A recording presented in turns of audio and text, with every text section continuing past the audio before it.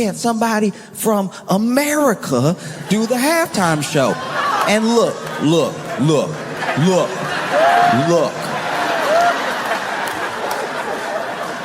Look, listen to me.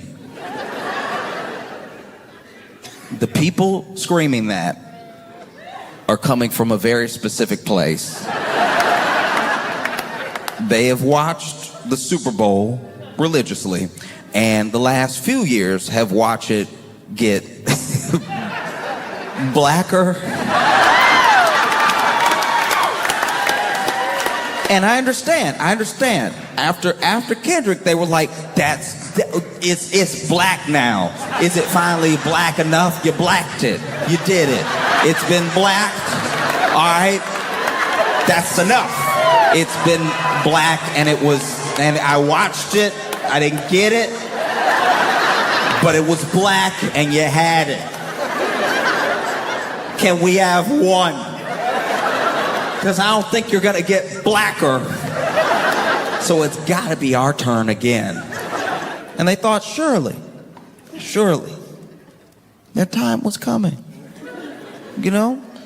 After Kendrick, next one gotta be, you know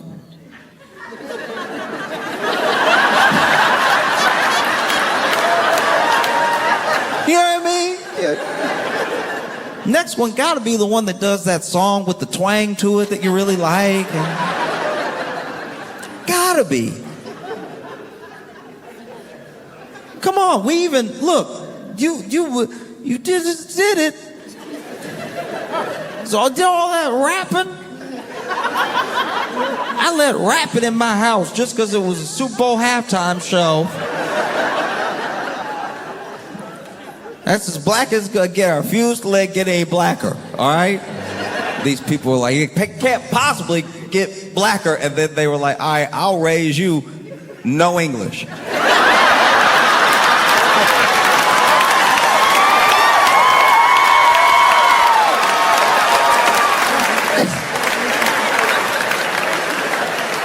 Oh, you think you're mad now. Ooh, we gonna make you pray for Kendrick. We gonna make you...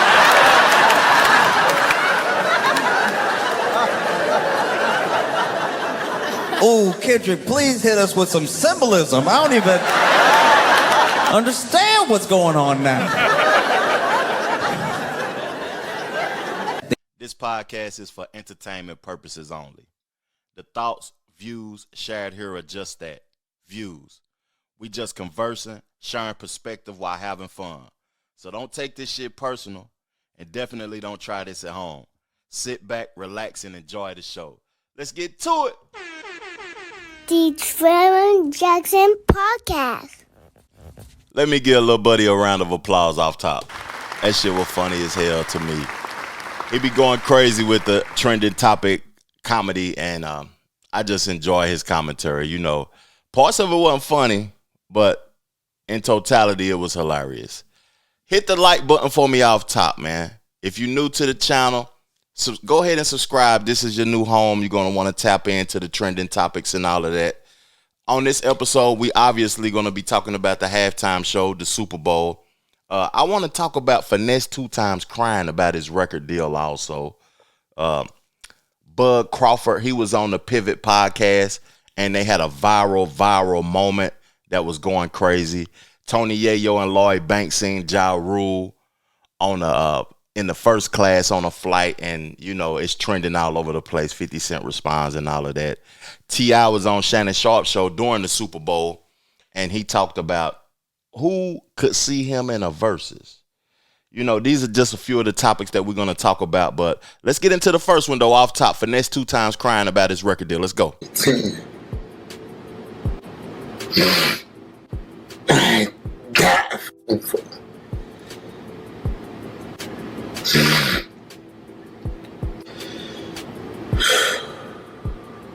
You telling me I did all this?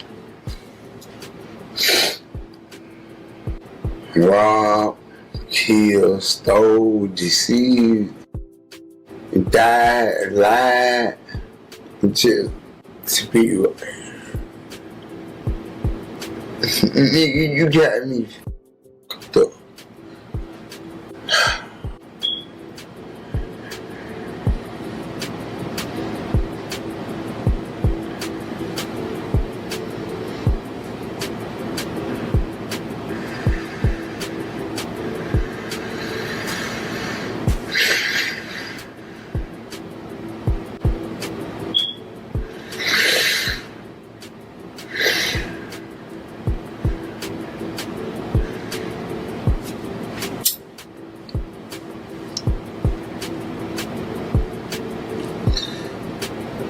I embrace it, nigga. You had to kill me for shit. I want no one. You have to put it right here to make me believe it. You have to put it right here.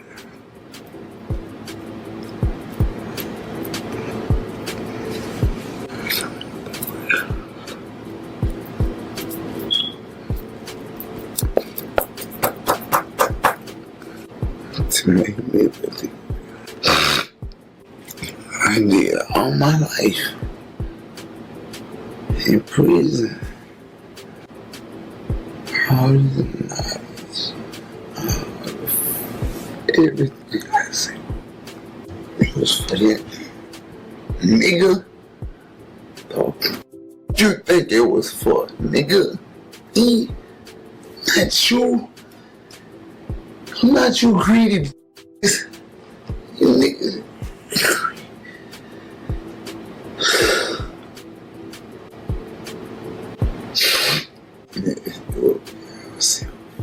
You niggas don't do it for the fruit.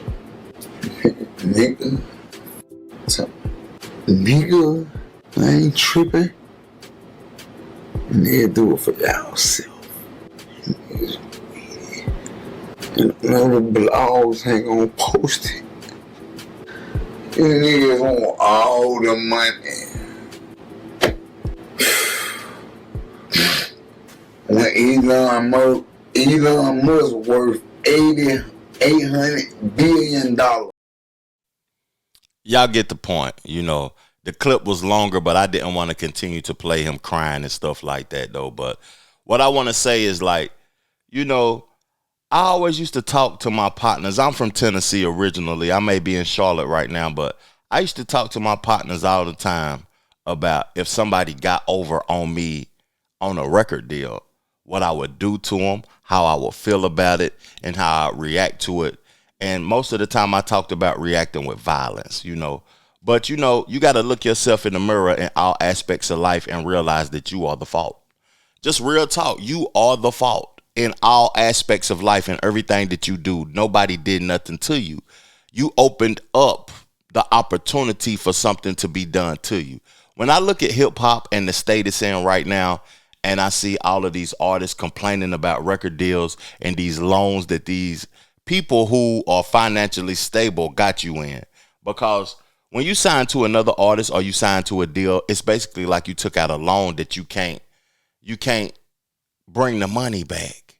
You ain't worth what they obviously gave you, so that you in debt for eons. For as long as you just in debt and you'll never recoup those finances. And it's every artist, they believe they have the dream. They think that they the best and going to be successful, and they get that money and they be stunting with that money and they fall off and then they be broke for the rest of their life.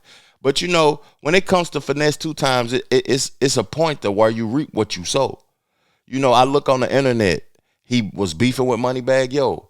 He was beefing with Honeycomb Brazy. He was beefing with the little boy, I forgot his name, but the little boy he signed that was a very talented little young individual. He on the internet beefing with Glorilla's sister. He on the internet beefing with his mama. You know, it's just that you reap what you sow. Real talk. Salute the word on the street for putting that clip out, because he went and streamed on Twitch or Kick or one of those platforms, and I don't have those platforms, so they put it on YouTube. I clipped it up and put it out. I feel bad for, you know, these artists that don't know what they get themselves involved in when they get these deals and they get in debt and they think that oh, he a real nigga. He came and got me and signed me, because he came and got him in a jet when he got out of jail. And Finesse2Tymes looked like he was about to pop. He's a very incredible artist. You know, I was having a discussion with the Jackson boys the other day, and we was talking about who is the best artist out of Memphis right now. To me, talent-wise, it's Finesse2Tymes. Hot-wise, it's Pooh Shiesty. For the females, Glorilla is doing her thing also. She's a very talented artist. But to me, you know, Finesse2Tymes is a special type of talent. He can freestyle. He can beatbox. He can, you know, hit the tables and all of that. And he makes great records. And right now he got a good record out with Jermaine Dupri. But to be honest with you, I feel like that's a sad situation. He on the internet crying, and nobody's going to have sympathy for him. Let's get into the response from Jay Prince, because he did have something to say about it, because that's who Finesse2Tymes is signed to, Jay Prince and Mob Ties. Let's go. He said, there's no need to try to play victim for the whole world to have pity for your ass. You know how much messed up situation you got yourself into, and you know exactly how to get yourself out that situation. So crying on the internet won't do you no good at all. Be a real man and step up your game. I gave you millions out my pocket, and you are yet to make the money back. Business is business. No strings. You know them boys over there, man, they rap a lot. Mob Ties, Jay Prince son. Them the last people that I would want to be in business with, you know, or in dealings with when it comes to debt or signed to, because, you know, it's street business. That's all it is. Hip hop is a different form of the streets. It's just a legal realm. It's interesting though. I want to know y'all thoughts about that topic in the comment section below. How do y'all feel about Finesse2Tymes crying about the deal that he got himself the situation he got himself in? How do y'all feel about hip hop in totality? Like, it's just like people getting over on other individuals also. I would really like to hear y'all thoughts in the comment section below. Let's get into the next topic. You know, on the Pivot podcast, Terrence Crawford was on there. He had a interesting exchange with Shannon. And what I want to say before I get into this is that there's not a meritocracy in the United States no more. There's no morals. There's no principles. There's no integrity. People don't care about, you know, being authentic. It's finances or nothing. Either you worth some money or we don't care about you. That's just the state that we in right now, especially up under this Trump administration. Let's get into the clip. To the ones before us and us, you know, passing the torch to the ones after us. So I'm cool with passing the torch. And bro, you say you did all that work your whole life, undefeated, but you grind to feed your kids and to make better for your family. I always say everything got a price. Because people say, like, I love my dog. I get $100. No, I get $1,000. No, I get $100,000. Hey, you can have him. Like, my thought is everything has a price. There is not a number that can get you back in that ring. 80 million, 100 million. Nah, because now you selling your soul. $100 million, you can have my soul. That's you. Now we know your character. Sometimes, you know, you look at people and you be like, dang, man, you ain't got no dignity. You ain't got no morals. Like, come on, man. Like, what you gonna stand for if everything is about money? Like, I never was in a sport because of money. That was a very interesting take to me because, you know, I'm going to speak from a believer's standpoint and I'm going to speak from an atheist standpoint. And I want to speak from the atheist standpoint first because, you know, how many people that's living can prove that a soul actually exists? $100 million, you can have my soul. How many people can prove that a soul actually exists? Nobody. If y'all can help me, you know, prove that a soul exists, you can prove that a God or a Jesus exists, educate me, help me, show me where to go to find it. I feel like, I'm a believer because I just don't want to die and go to hell not believing in something that really did exist. Because, you believe in simple things. Why can't you believe in something that is complex as God and Jesus? I feel like that's like, if you don't want to believe in that, then you're doing a disservice to the world, because you'll believe that your check coming. You'll drive to Walmart and believe that they're going to have these T-shirts or this food in stock. And you believe in that, but you can't believe in something as complex as a God or a Jesus or the living word. But can you prove that you have a soul? That's the conversation. That's the atheist standpoint. As a believer, I feel like, you can't. If you believe in God, you can't sell yourself short. I feel like this brother might fight again, though. And it might not be about the money, but he might fight for the passion of the situation. It's just that he's retired. He said he's done. If he's standing on it like how he just stood on it, I believe him. It's not about the money. But Shannon Crowder saying that on a podcast platform, it really does show that you a sellout. And the majority of America is dealing with so much financial everything that people are really showing their true colors when it comes to money. People are selling out. People are not who they say they are. People can't look you in your face. People want to commit suicide when they broke. It's just an interesting concept that he said, you can have my soul for $100 million. They could have easily, they ain't on live. That's pre-recorded like what I be doing. That's a pre-recorded episode. And on that, they could have easily took that out of their episode and we would have never seen that. But Bud corrected him. He said, that's you. That just shows who you really is. You'll sell out.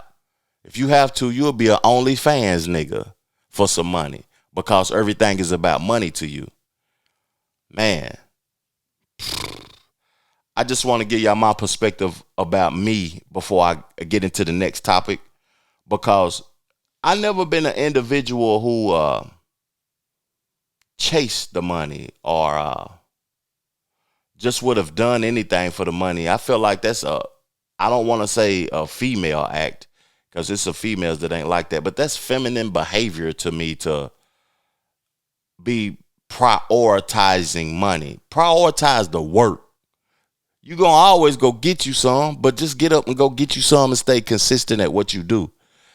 That was a very interesting conversation, though. What's y'all thoughts about that? I sell my soul for $100 million. Damn. Yeah. Let's further this discussion in the comment section below. We're getting into the next topic. Tony Yayo and Uncle Murder caught Ja Rule slipping in first class. First of all, I want to salute Tony Yayo and Uncle Murder for creating a podcast, for going on that press run and having all of those viral moments that I could clip up and make me a bag from. Salute to them boys. I might have to play this clip a couple of times, though, because these brothers was going to the Super Bowl, leaving New York and going to San Francisco or going to a stop or whatever before they get to the Super Bowl. It's just, if you beefing with people in your hometown, and most of the time, just like Bootsy said on that Vlad interview, most of the time the deaths and the beef is dealing with yourself in your hometown. You got to be careful when you flying to a major event and you got beef in your hometown. What's crazy about this situation, though, is that these guys are in their 50s, man. Like, for real. Like, is it smoke? Like, I want to ask y'all this question. If you got smoke with somebody, do you got smoke with them your whole life? I'm starting to really understand Cole more.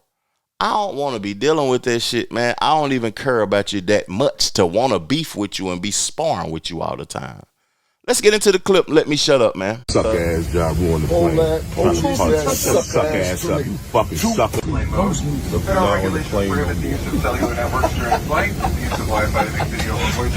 This is SMD. This is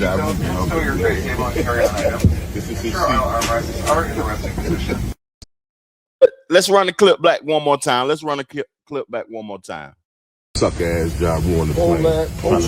Suck ass up, you fucking sucker. The fly on the plane. This is SMD. This is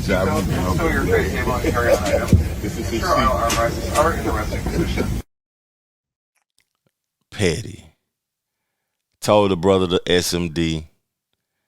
You know, Ja Rule responded and said he threw a pillow at Tony Yayo because he's soft. What's interesting to me is that, you know, committing crimes on a federal plane is a federal charge. One thing I don't want to do personally is not have the opportunity to fly no more, getting in beef with people that I got smoked with in the hip-hop game.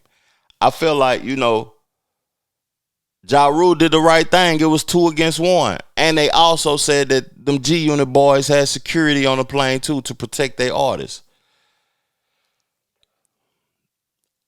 I feel bad for Ja Rule, though, man. Irv Gotti just passed away. You know. He lost the battle with 50 Cent. He got to deal with the bullying and being pressed for the rest of his life.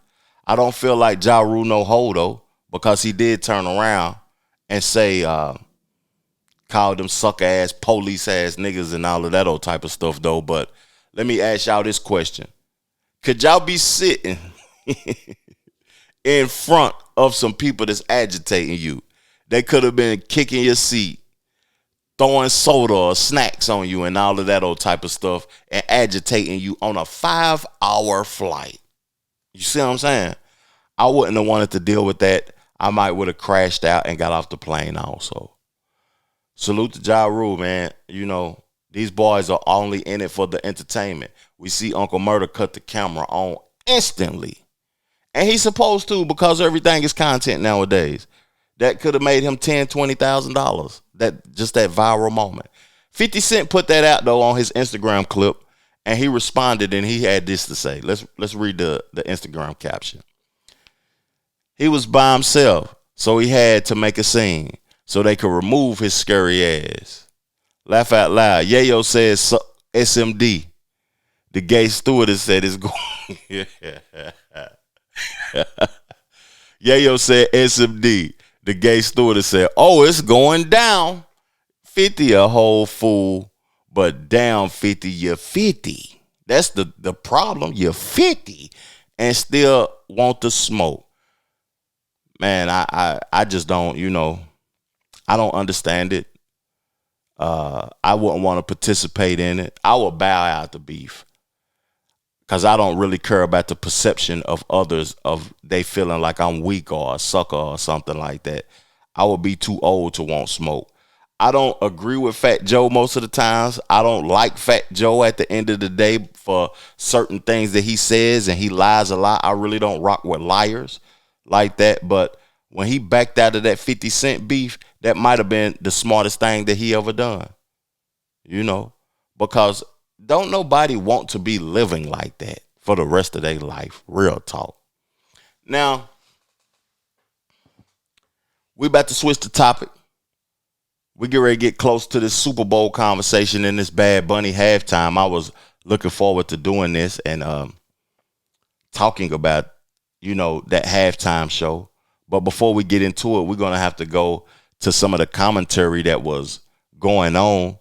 You know, Nightcap, Shannon Sharp and Ocho Cinco had T.I. on at the Super Bowl. T.I. was talking about Verzuz. We all have seen T.I., you know, chopping it up with Swiss Beats and Timbaland talking about Verzuz for a few years now. And we get ready to get into the clip of what he had to say. I did hear you say verses. Yeah. So who you trying to see in the verses? Can't nobody fuck with me, Shannon. Hold on. Hold on. Can't nobody fuck with me because I am the absolute best at being me. Ain't nowhere else you can get this shit right here but right here. You feel what I'm saying? Have Verzuz reached out? Obviously, that's Wiz and Tim. They the homies. I mean, they did, but you know what I'm saying? Ain't nothing that made no sense. Me and Young was supposed to go, right? When I was talking to Swiss, you know, I was like, shit, man, yeah, I'd do it. And he hit me back. He was like, shit, Tip, don't even trip. I think we gonna get Gucci to do it. I said, well, you don't need me then. Then I called my man. I said who I wanted. You want Weezy? Nah, I said I wanted 50. That's what I said. He don't want no smoke, though. Oh, Lord. He don't want no smoke. He ducking smoke. It's cool.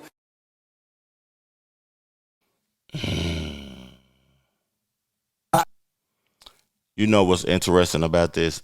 Jeezy would have been good, but to me specifically, T.I. got more records and better records than Jeezy. Weezy is not healthy. His dreads falling out his head.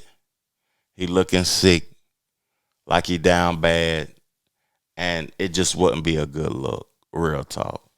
So I feel like Weezy wouldn't look right. 50 would be it'll be entertaining. But 50 can't wrap a Christmas present right now. He ain't responded to Fabulous yet.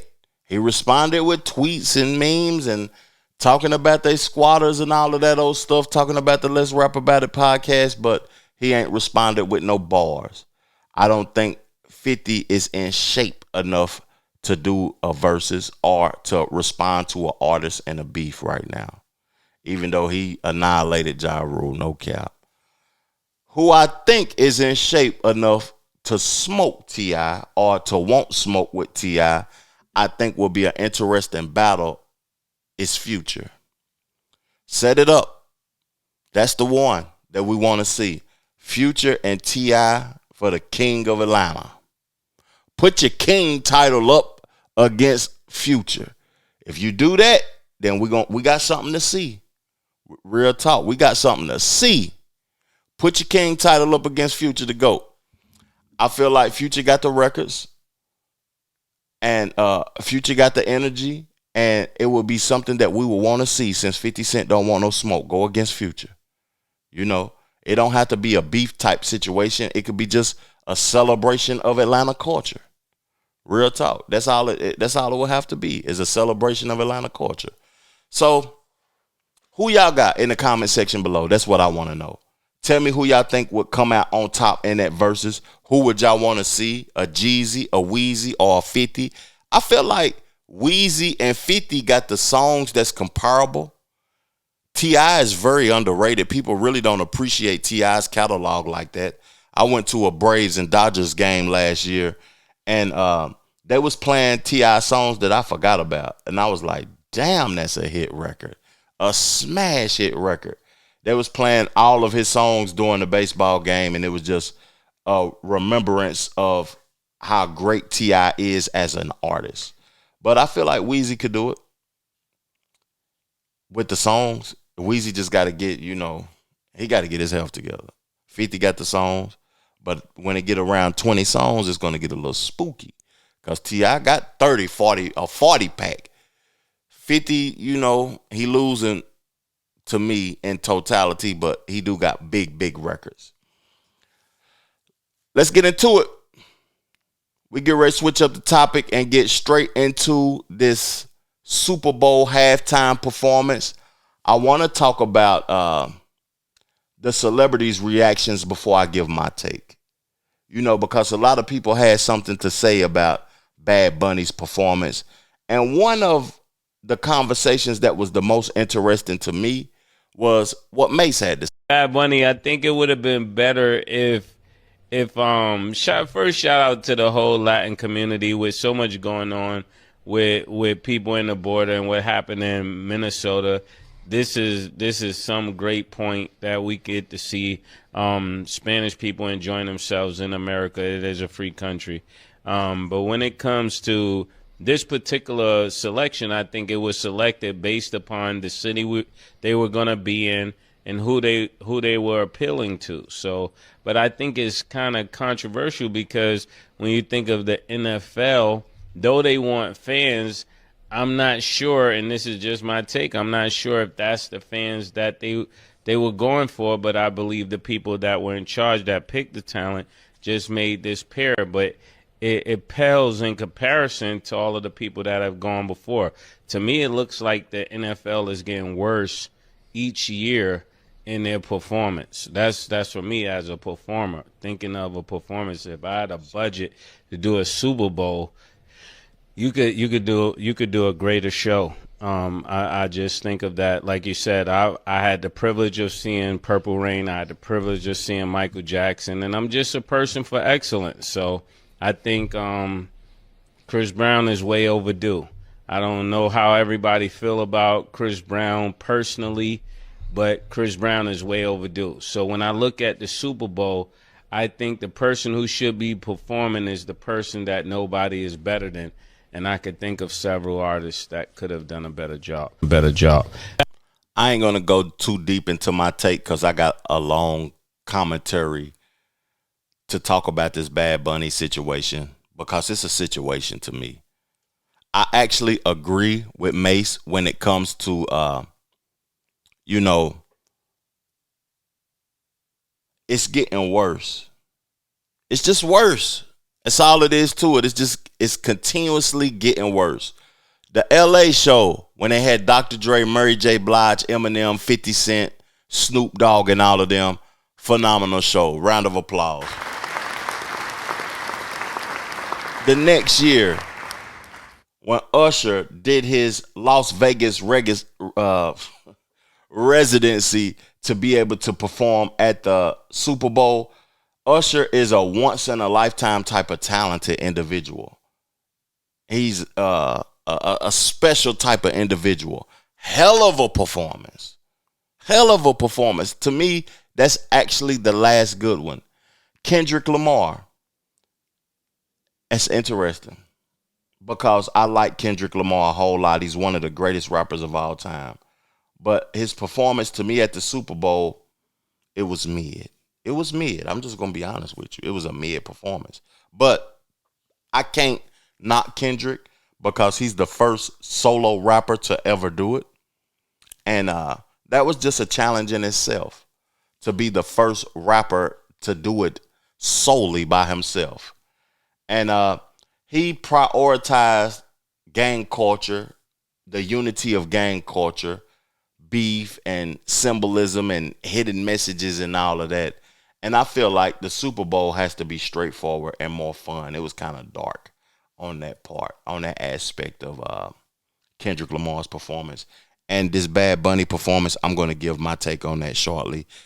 Mace poked at Jay-Z. He said this performance was based upon the city. So what you saying? San Francisco and the LGBTQ community, he didn't get specific, but I understand what he was trying to say about this Bad Bunny performance and it being located in San Francisco.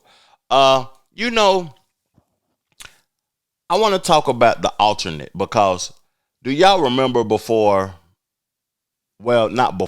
when Bad Bunny got announced, Charlie Kirk's wife and Turning Point USA and Trump and all of those individuals, they was upset that a person who speaks Spanish in a different language and an individual from Puerto Rico was performing. And Turning Point USA, the company that Charlie Kirk created, said that they was going to do an alternate halftime show. And during their alternate halftime show, they wanted America to tap in. Tap in. That's not American. He's not American, but Puerto Rico is in America.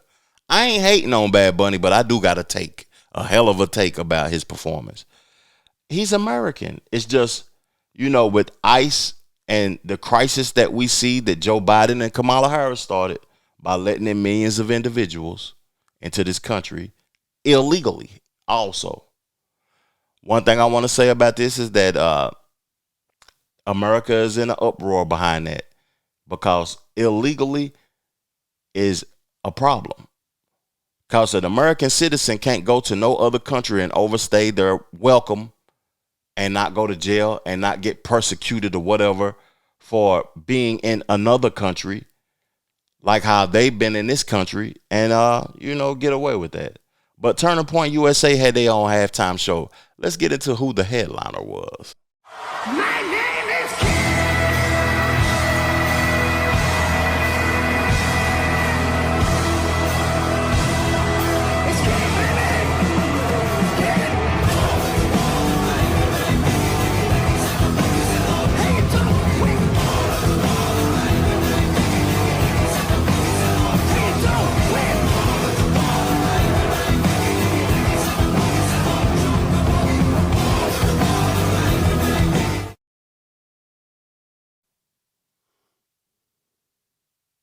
Y'all thought y'all was going to compete with the Super Bowl with Kid Rock.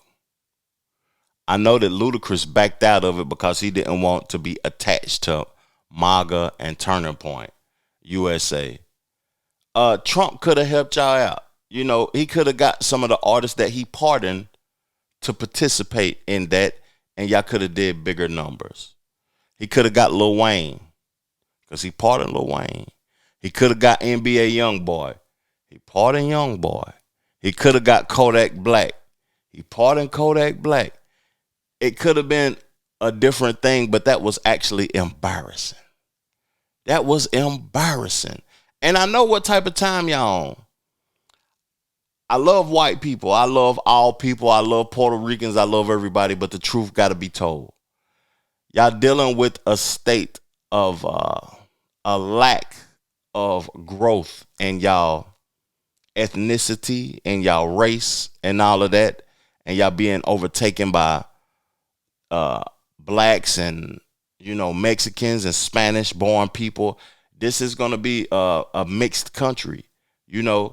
I identify as foundational Black American, but at the end of the day, this country is headed towards a state of a coloring of a multitude of people, just different people. And white folks is in a genetic survival state right now. It used to be 74-80% white, this country. Now it's like in the 60s. They're in a state of survival, so they're rebelling against everything that is not Caucasian. And that halftime show was horrific. That's all I got to say about that. I'm going to keep it moving in the conversation with this next take. Let me get to something that may be deemed controversial. It's not to me personally. And that was the Super Bowl halftime show by Bad Bunny, which was primarily sang almost entirely in Spanish. We saw Lady Gaga performing, obviously in English.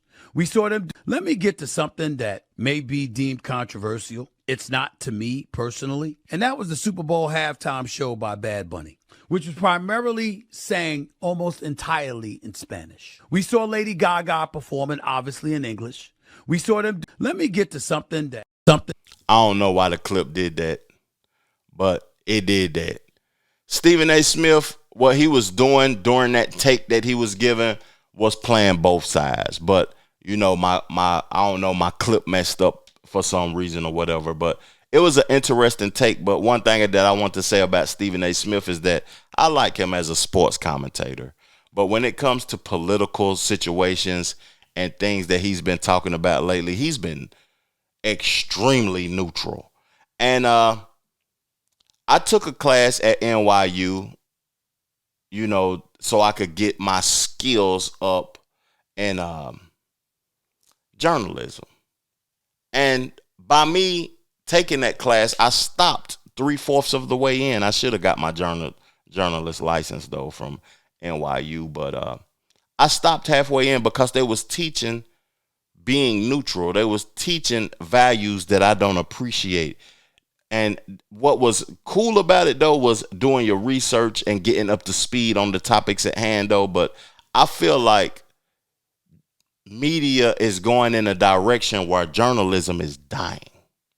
Just being a true journalist and what they teach to be a journalist is dying because people don't want you to be neutral. People want you to pick a side. Make it make sense. Let's get into what Trump tweeted out about Bad Bunny's performance, and I'm going to give y'all my take and get up off of this thing. Trump said the Super Bowl halftime show is absolutely terrible. One of the worst ever. It makes no sense as an affront to the greatness of America and doesn't represent our standards of success, creativity, or excellence. Nobody understands a word this guy is saying. And the dancing is disgusting, especially for young children that are watching from throughout the America, USA, and all over the world. The show is just a slap in the face to our country, which is setting new standards and records every single day, including the best stock market and 401ks in history. There is nothing inspirational about this mess of a halftime show, and watch it. We'll get great reviews from the fake news media because they haven't got a clue of what's going on in the real world. And by the way, the NFL should immediately replace this ridiculous kickoff rule. Make America great again. President Donald J. Trump. You know, he got a point. I actually thought that the halftime show was trash. I'm getting ready to get into my take. I thought that the halftime show was trash. It doesn't have nothing to do with him speaking Spanish. It has something to do with him not being a good performer. I know what people feel like it represents. I seen all the females reposting love. The only thing that defeats hate is love. Man, stop it. Stop it. You can get females with a sensitive quote effortlessly. To be honest with you, when I look at this, though, the scenery was cool. You can make anybody successful with great scenery, with dancers, a good beat. The only thing he was doing basically was ripping our culture off, black culture. That's what a lot of people do. He is rapping in Spanish. He's a rapper. I thought he was, is Bad Bunny, what is he to y'all? A singer or a rapper? This ain't for me. This may be great to some people. I'm not a hater, but this ain't for me. Real talk. This was garbage. Garbage. When I seen the celebration of the LGBTQ and by it being in San Francisco, this man has dressed up as a woman before with boobs. He kissed niggas on stage and all of that old type of stuff. This ain't for me, man. You know, a lot of people, I don't got nothing against the LGBTQ community, but don't put it out in the public for the children to see it. I don't even, you know, another thing also, I was talking to the La Familia about. Children are impressionable. When I say children are impressionable, I mean, when I grew up and MC Hammer was piping hot, I wanted the Hammer pants. You know, when Michael Jackson was out and he was piping hot, I wanted the jacket with the zippers on it. I wanted to be like Mike. I used to be in the house moonwalking and all type of shit. When I look at this, how many young boys are going to want to be bunnies? You know, they're going to say that they such and such bunny. I'm Trev Bunny, Bad Bunny. Come on, man. This is crazy to me when I look at this show and this performance and the embracing of it, and mothers that have sons approving this. When your son come home looking like Magic Johnson's son, don't think that we about to have sympathy for you. Real talk. I feel like, you know, everything should be accepted in the world. I seen the internet and social media in an uproar when this performance was going on. I feel like in America right now, everything that's popularized is to create a state of arguing, aggressing, debating, people feeling like they should have something to say. Everybody should have a voice for the viral moment and all of that old type of stuff. I don't agree with it, but at the end of the day, is this the world we live in? I don't want to continue on with the conversation about this Super Bowl halftime performance, but Jay-Z, you got to do better, big dog. I understand what you're doing, though. You know, it's effort. The job that Jay-Z is actually doing is an easy job because he just getting the hottest artist of the year to perform. you only got 2 options now, or 3. Now you got 3. Now you got 4. Who I would like to see first, Chris Brown. Second, Kanye West. I think he'll throw a hell of a show. Something memorable that will last a lifetime. Third, Morgan Wallen, the biggest. He one of the biggest, and he from my hometown. Salute to Morgan Wallen.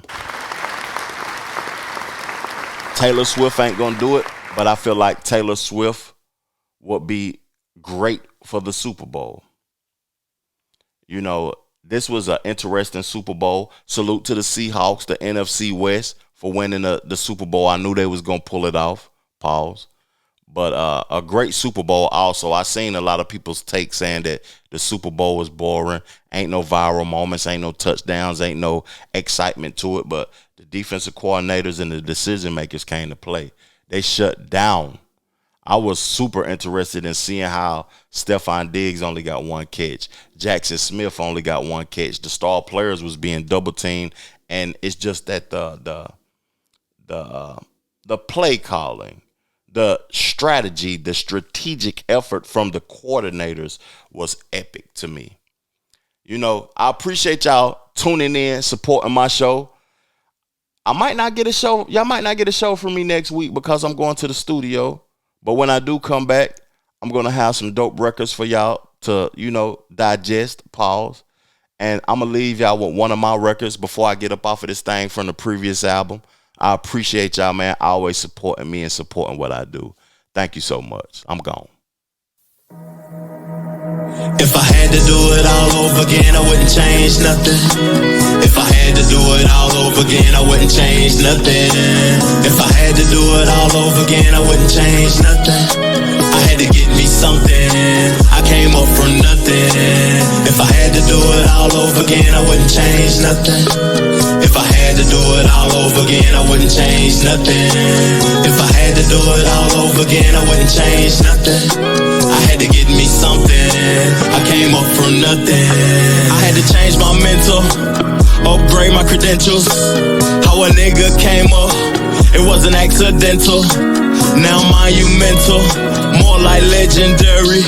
A player never worry, bumping pop, Hail Murray trap. Thought for Blackberry, ain't contrary to your belief. I made it out them streets, don't acknowledge beef. Kept to play discreet, we too unique. On a winning streak, spent a couple racks at the boutique. I wouldn't change nothing, I'm always me. Never took a plea, nigga, you a flea. I'm your OG's OG.